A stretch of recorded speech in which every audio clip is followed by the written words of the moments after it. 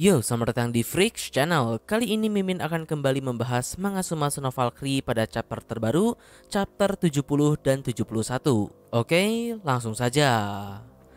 Pertama, seperti biasa, merecap chapter sebelumnya kita ditunjukkan pertarungan sengit antara Nikola Tesla melawan Beelzebub. Terungkap kalau ternyata kemampuan milik Beelzebub adalah getaran yang sangat kuat. Beelzebub dapat mengendalikan getaran tersebut dan menghancurkan suatu objek dari jarak jauh. Lalu tidak hanya Beelzebub saja, kita pun juga ditunjukkan serangan milik Nikola Tesla. Seperti yang bisa kita duga, gaya bertarung Tesla ini menggunakan serangan bogem jarak dekat biasa. Hanya saja dengan kemampuan armor automatanya, bogem Tesla sangat cepat dan mengandung aliran listrik. Lalu di akhir, chapter pun ditutup dengan Nikola Tesla yang kena serangan telak dari Beelzebub, di mana Nikola Tesla terluka cukup parah. Juga beberapa bagian dari armornya pun mengalami kerusakan. Oke, masuk pada chapter terbaru, chapter 70. Chapter kali ini berjudul Hasrat Sang Dewa. Panel pertama sendiri dibuka dengan menyorot pada legenda tentang Beelzebub. Jadi dalam tradisi Kanaan dari daerah Arab, lebih tepatnya Israel, terdapat sebuah kuil bernama Kuil Palimra yang diperuntukkan untuk menyembah seorang dewa bernama Baalzebul. Baalzebul merupakan dewa yang unik karena dirinya memiliki dua wajah. Baal merupakan dewa yang memberikan kesuburan pada makhluk hidup, sedangkan Zebul merupakan iblis lalat yang membawa kehancuran. Pertanyaannya, apa hubungannya dengan Beelzebub? Jadi ternyata kemampuan getaran milik Beelzebub yang bernama kepakan sayap sang iblis ini memiliki dua sifat yang berbeda. Jika Beelzebub menggunakan kemampuan getarannya dengan tangan kiri, getaran tersebut akan menjadi pertahanan. Sedangkan jika menggunakan tangan kanan, getaran tersebut akan menjadi serangan. Seperti legenda Beelzebub yang memiliki dua sisi, kemampuannya pun juga memiliki dua sifat yang berbeda. Lalu masih terkait dengan kemampuan Beelzebub, ternyata senjata suci tongkat milik Beelzebub itu bernama tongkat Apomius. Fungsinya adalah untuk memperkuat getaran yang dihasilkan oleh Beelzebub. Dengan kata lain, menurut Brunhild, Beelzebub merupakan dewa yang memiliki pertahanan dan tombak terkuat. Selanjutnya adegan pun kembali pada arena. Setelah sebelumnya Tesla babak belur karena terkena serangan Bel, saat ini reaksi Tesla justru malah senang dan terpukau melihat kekuatan Beelzebub tersebut. Di sini Tesla langsung menyadari kalau senjata tongkat milik Bel itu berfungsi untuk memperkuat getaran yang dikeluarkan olehnya. Hingga tak lama kemudian, dengan polosnya Nikola Tesla meminta Beelzebub untuk meminjamkan tongkatnya sebentar karena Tesla ingin menelitinya. Dan tentu saja, mendengar hal konyol seperti itu, Beelzebub tidak memperdulikannya sedikit pun dan langsung siap untuk bertempur kembali. Di sisi lain, melihat tanggapan dingin Beelzebub, Tesla pun langsung membalas dengan berkata kalau Beelzebub terlalu sombong. Masa kini mungkin adalah miliknya, tapi masa depan adalah milik umat manusia. Dan tak lama kemudian, Tesla pun lanjut bergumam kalau itu akhirnya telah penuh. Lalu tiba-tiba saja badai petir muncul dari langit. Di tengah momen tersebut, Tesla berteriak pada Bel kalau mulai saat ini dirinya akan menunjukkan kekuatan dari ilmu pengetahuan umat manusia. Di sini Tesla pun terlihat mengerahkan sejumlah energi dari armornya hingga membentuk simbol Infinity dan kemudian menyebarkannya pada badai petir yang ada di langit. Lalu menariknya, petir yang ada di langit itu pun kemudian berubah bentuk menjadi semacam kurungan di tengah arena sana. Semua orang baik kubu dewa maupun manusia yang menonton pertarungan itu dibuat terheran-heran dengan apa yang dilakukan oleh Tesla.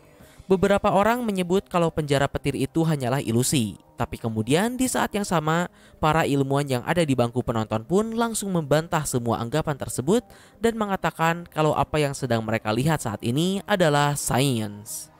Kembali lagi pada POV arena, setelah penjara petir terbentuk dengan sempurna, Tesla pun menyambut Beelzebub kalau saat ini dirinya ada di dalam penjara dewa bernama Zona Gematria. Tak lama kemudian Tesla lanjut berkata kalau dalam dunia seluas 9,63 kali 9,63 meter ini, Beelzebub sudah bukan dewa lagi, melainkan Nikola Tesla. Dan chapter 70 pun berakhir sampai di sana. Nah oke, berikutnya masuk pada chapter 71. Chapter ini memiliki judul Serangan Balik dari Sains. Setelah pada chapter-chapter sebelumnya Nikola Tesla terus kena hajar oleh serangan Beelzebub, kali ini giliran Nikola Tesla lah yang menunjukkan tariknya. Namun sebelum itu, panel pertama sendiri dibuka dengan diperlihatkannya pada tahun 1943, tepat saat kematian Nikola Tesla. Jadi setelah kematiannya, diceritakan kalau banyak makalah penelitian milik Tesla yang hilang entah kemana di rumahnya. Dirumorkan kalau makalah-makalah penelitian tersebut diambil oleh FBI dari Amerika dan KGB dari Soviet. Disebutkan kalau isi dari makalah-makalah sains tersebut merupakan berbagai rancangan senjata milik Nikola Tesla, seperti mesin penghasil gempa, laser hingga alat yang bisa memanipulasi gravitasi. Pada waktu itu dalam makalah penelitiannya, rancangan dari senjata dan mesin-mesin tersebut belum terselesaikan. Terlebih lagi pada masa itu juga tidak ada material yang bisa mewujudkan satupun rancangan Tesla tersebut. Namun masih terkait dengan rancangan Tesla, sebenarnya Nikola Tesla sendiri telah menyelesaikan sistem dari mesin antigravitasi rancangannya itu di dalam kepalanya. Sehingga pada kejadian Ragnarok kali ini, Tesla bisa menciptakannya dengan bantuan Gondul yang berperan sebagai material dari rancangannya. Lalu berikutnya, kita juga mendapatkan penjelasan yang lebih dalam lagi tentang armor milik Nikola Tesla ini dari Brunhild. Jadi terungkap kalau serangan petir yang dikeluarkan oleh Tesla di sepanjang pertarungan tadi bukan semata-mata hanya spam skill saja. Akan tetapi, armor milik Nikola Tesla juga memiliki sistem dan kemampuan yang lebih kompleks ketimbang hanya mengeluarkan sebuah aliran listrik. Jadi dijelaskan, setiap kali Tesla melepaskan serangan bertenaga listriknya, sebuah partikel yang bernama Super Tesla Particle akan dipisahkan dari arus listrik tersebut dan tersebar ke area di sekitarnya. Lalu ketika area tersebut telah dipenuhi oleh Tesla Particle, partikel itu akan bereaksi dengan suatu mesin magnet yang ada di dalam armor Nikola Tesla yang bernama Astra Coil, sehingga memungkinkan Tesla untuk mengaktifkan sistem anti-gravitasi. Dengan kata lain, armor Super Automata Beta milik Nikola Tesla ini adalah senjata anti-gravitasi yang ada dalam makalahnya dahulu. Maka dari itu, kalau kalian lihat, saat ini Tesla bisa melayang. Dan sedikit informasi, sebenarnya penjara listrik ini juga tidak sepenuhnya tidak masuk akal. Hal tersebut memang mungkin bisa diciptakan karena aliran listrik atau petir dapat dimanipulasi menggunakan medan magnet untuk mempengaruhi muatan yang terkandung dalam suatu partikel. Yang mana dalam kasus ini sepertinya Tesla menggunakan Super Tesla Particle miliknya yang telah disebarkan tadi, ditambah dengan kemampuan dari armornya, alhasil Tesla pun dapat memanipulasi badai petir yang terjadi sebelumnya menjadi sebuah penjara. Jadi simpelnya, armor milik Nikola Tesla merupakan senjata anti-gravitasi. Namun Tesla baru dapat mengaktifkan kemampuan ini ketika Tesla partikel miliknya yang ia keluarkan lewat serangan listriknya tadi telah memenuhi suatu area. Dan ketika area tersebut telah dipenuhi oleh Tesla partikel, Nikola Tesla dapat memanggil badai petir lalu membentuknya menjadi sebuah penjara bernama zona Gematria. Yang mana selama Nikola Tesla berada dalam zona ini, armornya akan mendapatkan buff kecepatan yang sangat tinggi. Kurang lebih begitulah kemampuan dari armor Nikola Tesla yang sudah terungkap sejauh ini. Nah, oke, berikutnya kembali ke pertarungan. Di sini setelah Tesla menyelesaikan penjara petirnya itu, di sisi lain Beelzebub justru malah terpukau dan menyukai penjara tersebut. Namun Nikola Tesla langsung berkata kalau sebentar lagi Beelzebub tidak akan menyukainya. Dan yap, beberapa saat kemudian Nikola Tesla pun melesat ke hadapan Beelzebub dengan kecepatan super tinggi, langsung meluncurkan bogemnya pada Bel. Walaupun terkejut, Beelzebub masih sempat bereaksi dan menahan bogem Tesla itu. Akan tetapi, pada serangan Tesla kali ini secara mengejutkan, serangan tersebut berhasil menembus pertahanan getaran Beelzebub dan melukai bahu kirinya. Sekaligus serangan ini juga merupakan luka pertama yang diterima oleh Beelzebub sebagai perwakilan dari kubu dewa. Namun seperti biasa di saat yang sama, meskipun pertahanannya berhasil ditembus dan bahunya terluka seperti itu, Beelzebub masih memasang wajah poker face dan menatap dingin Nikola Tesla. Berikutnya adegan pun berpindah pada kubu dewa. Di sini melihat kecepatan Nikola Tesla yang meningkat sangat pesat, Ares pun bertanya-tanya kemampuan macam apa yang Tesla miliki.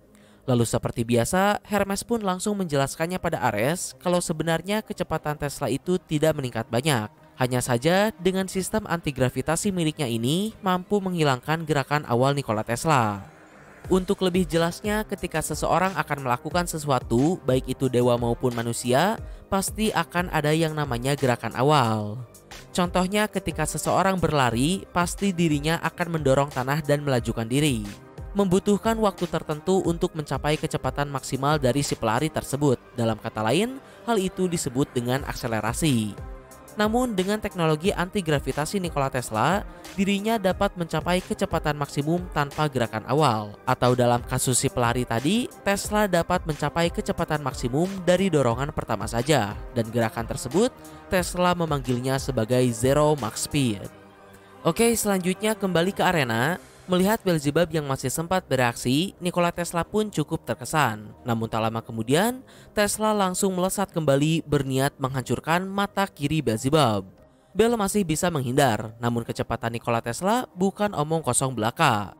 Di sini Tesla langsung membelakangi Beelzebub dan menyerangnya. Tapi lagi-lagi, Beelzebub berhasil menghindari serangan fatal dengan menahan serangan Tesla tersebut.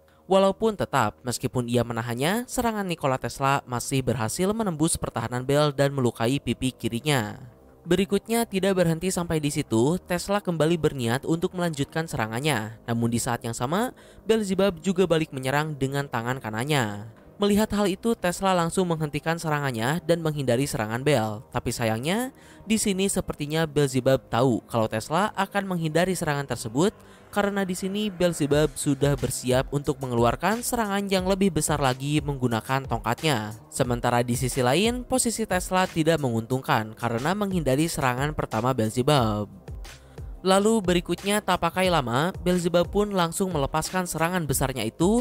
Namun tak diduga meskipun dalam posisi yang benar-benar aneh, Tesla berhasil menghindar berkat sistem antigravitasi miliknya. Bahkan tidak berhenti sampai di situ, Tesla masih melanjutkan gerakan anehnya itu dan kembali menyerang dengan PPPS, yaitu Plasma Pulse Super. Di sini Beelzebub berhasil menahannya dengan perisai getaran. Akan tetapi menariknya, meskipun serangan Tesla berhasil ditahan, Beelzebub justru memuntahkan darah, yang mana jika dilihat dari panel di sana sih, getaran Beelzebub seakan berbalik dan melukai tubuhnya sendiri. Menurut Mimin ada dua alasan mengapa hal tersebut bisa terjadi. Pertama, mungkin itu karena Beelzebub belum sempat mengeluarkan perisai getarannya dengan sempurna, sehingga perisai getaran itu menjadi tidak stabil dan melukai dirinya sendiri. Karena sejak tadi pun, alasan mengapa serangan Tesla bisa menembus tipis-tipis pertahanan Bell itu karena Beelzebub yang selalu tidak sempat mengeluarkan perisai getarannya secara sempurna, karena saking cepatnya Tesla menyerang. Lalu alasan kedua, selain perisainya yang belum sempurna, serangan Nikola Tesla kali ini juga lebih kuat dari sebelumnya. Maka dari itu, alasan yang paling masuk akal adalah perisai Bell yang belum sempurna tidak kuat menahan gelombang serangan dari Tesla sehingga perisai getarannya itu pun balik melukai Beelzebub. Berikutnya Beelzebub pun terhempas. Sementara itu Nikola Tesla flexing seperti biasa dan menamai gerakan anehnya tadi dengan sebutan Tesla Steps. Selanjutnya tak lama kemudian Nikola Tesla kembali melanjutkan Tesla Step-nya dan menggocek Beelzebub. Hingga akhirnya Tesla pun menyerang kembali.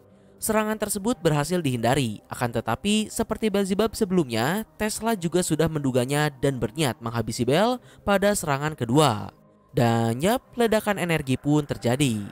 Brunhild dan Geyer langsung bersorak, akan tetapi seperti yang bisa kita duga, bahkan kali ini Beelzebub dengan sempurna berhasil menahan serangan Tesla tersebut dengan menggunakan tongkat di tangan kirinya. Lalu tak lama kemudian Beelzebub juga berkata kalau dirinya sudah muak melihat serangan Nikola Tesla dan mendeklarasikan kalau mulai saat ini serangan Tesla tak akan bisa mencapainya lagi. Namun lagi dengan penuh kebanggaan sebagai seorang penemu dan ilmuwan, mendengar hal itu Tesla pun langsung menyanggah Beelzebub kalau sains itu terus berkembang. Dan menariknya, kata QED kembali diucapkan oleh Tesla. Lalu tak lama kemudian, armor Tesla mengeluarkan semacam cahaya dan tiba-tiba saja Tesla langsung ada di belakang Beelzebub memberikannya sebuah serangan yang sangat besar.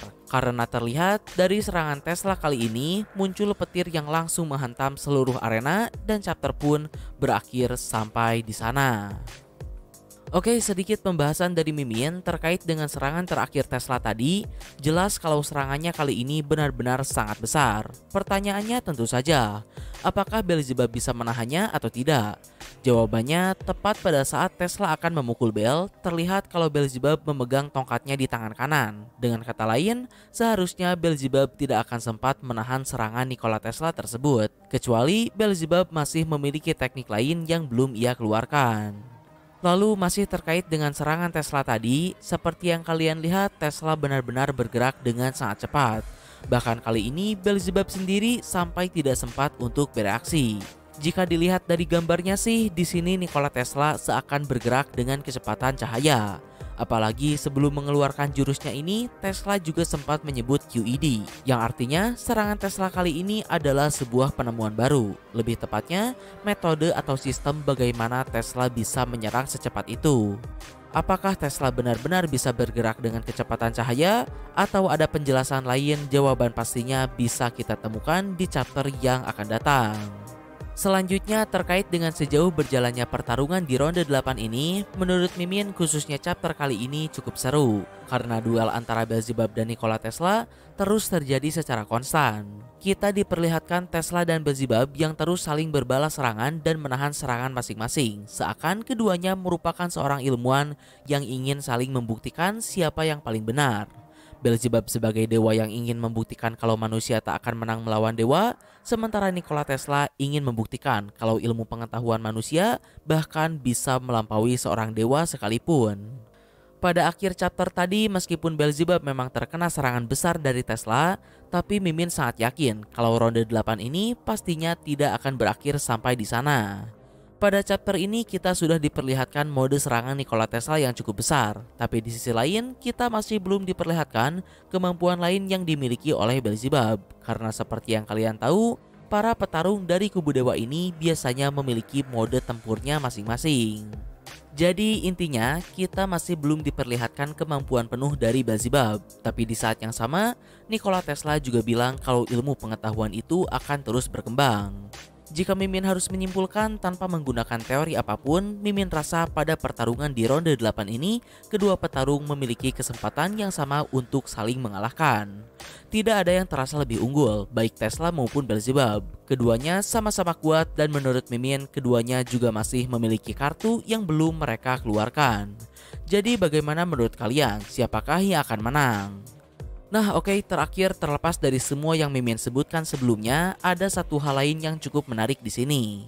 Pada chapter 70 tadi, Nikola Tesla sempat berkata kalau masa kini mungkin adalah milik Bel sebagai seorang dewa, tapi masa depan adalah milik umat manusia.